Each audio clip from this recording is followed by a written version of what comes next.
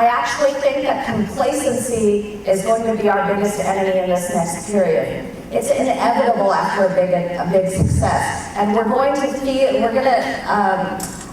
assume and argue that we don't feel it, that we all know there's a lot more to do. We're going to talk a lot about the need to keep the pressure on and make demands on the new administration, have it keep its promises. But complacent behavior will start to creep into our daily lives. It just happens. It's not something you intend, but it happens all the time after movements are successful. Some of us will become really, really internally focused on our own organizations. We'll spend all our time making sure that those organizations are running well, surviving this economic crisis. We're going to feel that in our groups as well as in our home lives. And we're going to be dealing with the competition and the infighting that crisis and sometimes success can generate. Others of us, among us, will become anxious. We'll have fear that all of the promise we felt last week won't in fact be fulfilled. And in our anxiety, we'll keep ourselves extremely busy. We'll run from meeting to meeting, and we'll spend hours on the phone, and we'll carry our Crackberries and iPhones and computers and lay them all out in front of us all the time, even when we're eating dinner or rocking our kids to sleep. And we'll be frantic and complaining all the time about how busy we are because we're really anxious. But neither complacency nor anxiety will ensure that each of us does something important every day to move us toward our final goal, toward real and lasting change. The antidote to complacency and anxiety is a deep and urgent sense of purpose. It's our ability to keep our gaze fixed on that ultimate goal, which is a fully inclusive society, economically, socially, and politically. That sense of purpose is what's going to help us know what's a false promise and what's real, which fights we need to take up and which ones we can let go of, which compromises require a small protest and which ones require every bit of resistance we can generate. That sense of purpose is what's going to keep us together when people we trust not to try to divide us. This political moment calls for our biggest ideas. It calls for demanding expanded civil rights, not just protecting the ones we've already got. It calls for a federal guarantee to a good education, for a health care plan that includes undocumented immigrants, for an economy that operates under entirely new rules, an immigration system that eases people's movement rather than restricts it. People will call us crazy and impractical, but we know that these are actually the kinds of policies that are the most pragmatic way, the most possible way, if our goal is to make life better for everybody. We have to make our ideas stick, not just by rigorously working out all the technicalities, but also, especially by continuing to speak to people's deepest values. The best way to push out our most transformative ideas is going to be by using our skills first to arouse the heart and then to arouse the brain. People don't start by analyzing their world. They live in it and they feel it, and that's where we have to start as well. We have lots of new tools to work with. Modern technology makes it possible for us to tell our stories directly, without filters, and to be connected to each other in ways that I couldn't even imagine 10 years ago.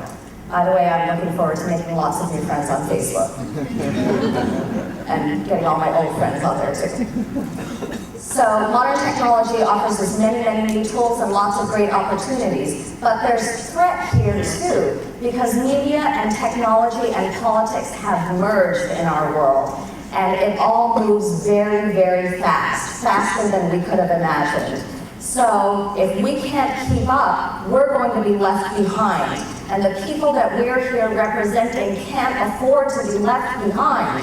We need to be out in front. So we need to use everything that is at our disposal, every possible tool to get the job done. Because the political, cultural, and technological moment calls for both new ideas and new tactics, at the Applied Research Center, we've made some important strategic decisions that I want to share with you now. In June of this year, the ARC staff and board decided to make our media work the engine of our organization. We're going to popularize the need for racial justice, and we're going to prepare people to fight for it, largely by finding new ways to tell the stories of ordinary people and the structures that shape their lives.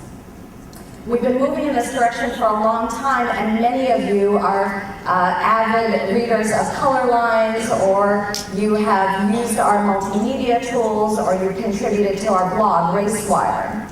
We're taking this step because we want to take our ideas to scale. We know that there's a huge constituency for racial justice in this country and in the world. We're committed to providing a home for that constituency in all of its diversity. Its diversity of race, of issue, of gender, of ability, of sexual identity, of age. And there are many more things on that list that I haven't even thought of yet, but room for them too. Room for that too. Whatever you do to fight structural racism, whether you organize or you march or you write, you teach, you make music, you argue with your friends at the bar on Friday night, whatever it is that you do, art will provide a community that will help you do it better.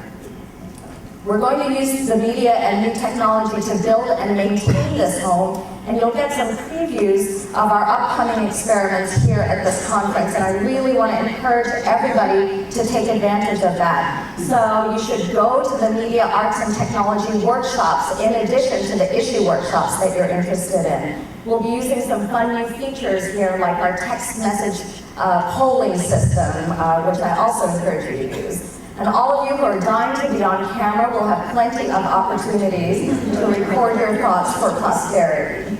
People who aren't here, all the people you left behind at home, will be able to catch up with the events online, and you should email them or call them and encourage them to do that. We have just experienced one of the most incredible moments in U.S. history. Times like this, in my mind, call for a historical perspective, and I'm getting mine today from the abolitionist and suffragette, Sojourner Truth. There are two speeches that she gave that aren't as famous as her 8 Iowa Woman speech, but that I find really instructive.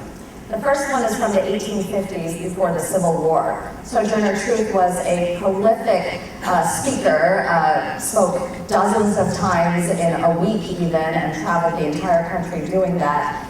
And one time at one of her lectures, a white man told her that all these talks she gave, all these speeches, they amounted to nothing more important than a flea bite. A flea bite. Called her a flea.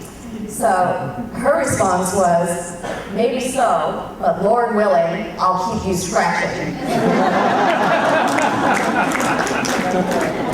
I feel like this is where we've been for the last 30 years or so, keeping the nation scratching until they finally voted for some relief. The second quote is from a speech that Truth gave in 1867 to the American Equal Rights Association.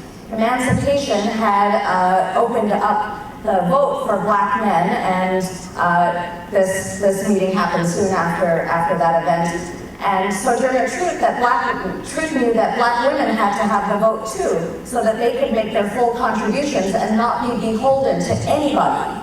I rejoice for you, she said to her brothers that day in Washington, but I want to keep the thing stirring now that the ice is cracked.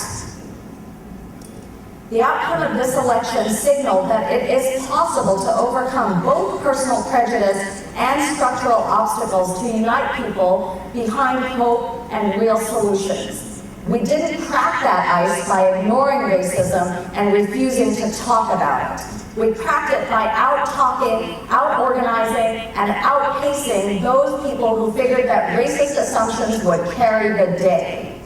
We did it by gathering up every young person, every new citizen, every first-time voter to signal their belief in a new way.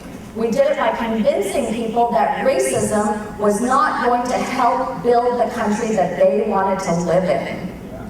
But they don't yet see that racial justice is the key to building that country. It's at the center of building that country. And now it's time for us to keep those people and ourselves stirring so that we can go the rest of the way. That's the work in front of us, and it starts right now.